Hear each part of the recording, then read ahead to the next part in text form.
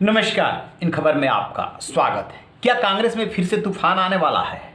क्या G23 यानी कि असंतुष्ट धड़ा राहुल गांधी के उस बयान से नाराज है जो उन्होंने उत्तर और दक्षिण भारत की राजनीति की तुलना कर दी थी और उत्तर भारत की राजनीति को सतही जबकि दक्षिण भारत की राजनीति को गंभीर और मुद्दों पर आधारित बता दिया था। ये बयान उन्होंने त्रिवेंद्रम में दिया था और अपने क्षेत्र वायनाड गए थे, वहाँ पे उन्होंने ट्रैक्टर रैली निकाली थी। आपको बता दें कि इस पे जो रिएक्शन आया था, आनंद शर्मा का भी आया था, कपिल सिब्बल का भी आया था। वो लोग बहुत तरीके से ये कहते हुए बच गए थे कि बेहतर तो वही बता सकते हैं, यानी कि स्पष्टीकरण देने का काम राहुल गांधी का है। आपको बता दें कि 5 राज्यों में विधानसभा का चुनाव है। अभी जिस छोटे से राज्य में उसकी सत्ता थी पुडुचेरी, वो चली गई क्योंकि विधायकों ने वहाँ से पार्टी छोड़ दी।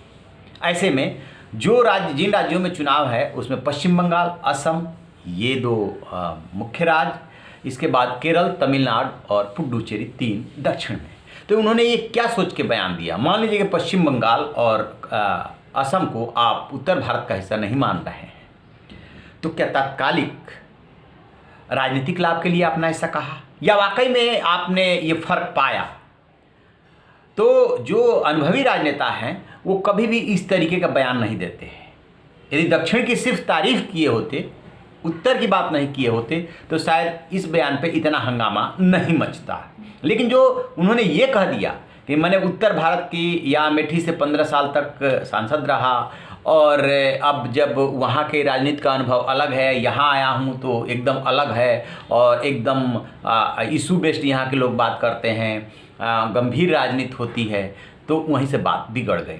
अब खबर आ रही है कि जम्मू में आज G23 यानी कि जो अगस्त में चिट्ठी लिखे थे, जुलाई अगस्त 2020, वो नेता जम्मू पहुंच रहे हैं। उनके अगुआ अभी राज्यसभा में विपक्ष के नेता और सदस्य रहे, अभी वो वहाँ से रिटायर हुए हैं, गुलाम नबी आज़ाद वो हैं, वो भी पहुँच रहे हैं। कपिल सिब्बल पहुँच रहे हैं, भूपेंद्र सिंह हुड्डा पहुँच रहे हैं और राज बब्बर पहुँच रहे हैं, मनीष तिवारी भी पहुँच सकते हैं। तो यदि वहाँ से कोई बयान जारी होता है तो तय मानिए कि फिर से कांग्रेस में आप एक तूफान खड़ा होने वाला है।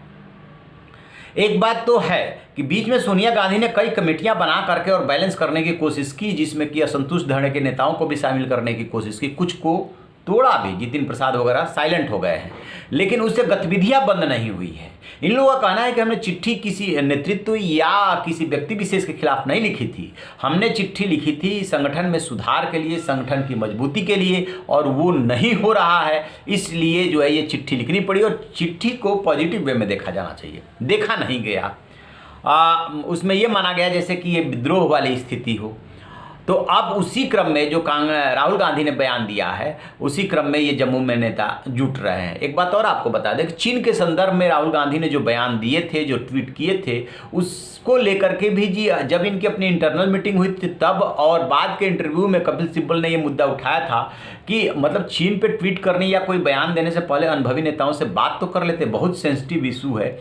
और जो कुछ भी चीन पे कांग्रेस बोलती है बहुत सोच समझ के बोलती है, क्योंकि कांग्रेस के ऊपर और कांग्रेस सरकार के ऊपर एक बहुत बड़ा आरोप है कि उसी के रिजिम में सबसे ज़्यादा चीन ने भारत को नुकसान पहुंचाया। और आप कुछ भी बोल देते हैं तो वो सलाह लेने लायक भी नहीं समझते हैं। तो ये सारी बातें हैं। अब इस पे हमारी नज़र रहेगी कि वहाँ कौन कौन नेता पहुँचता है, क्या बयान जारी होता है और फिर वो कांग्रेस में कौन सा रुख अख्तियार करता है। तो आप रहिए ना बेखबर, देखते रहिए इन खबर। Thank you.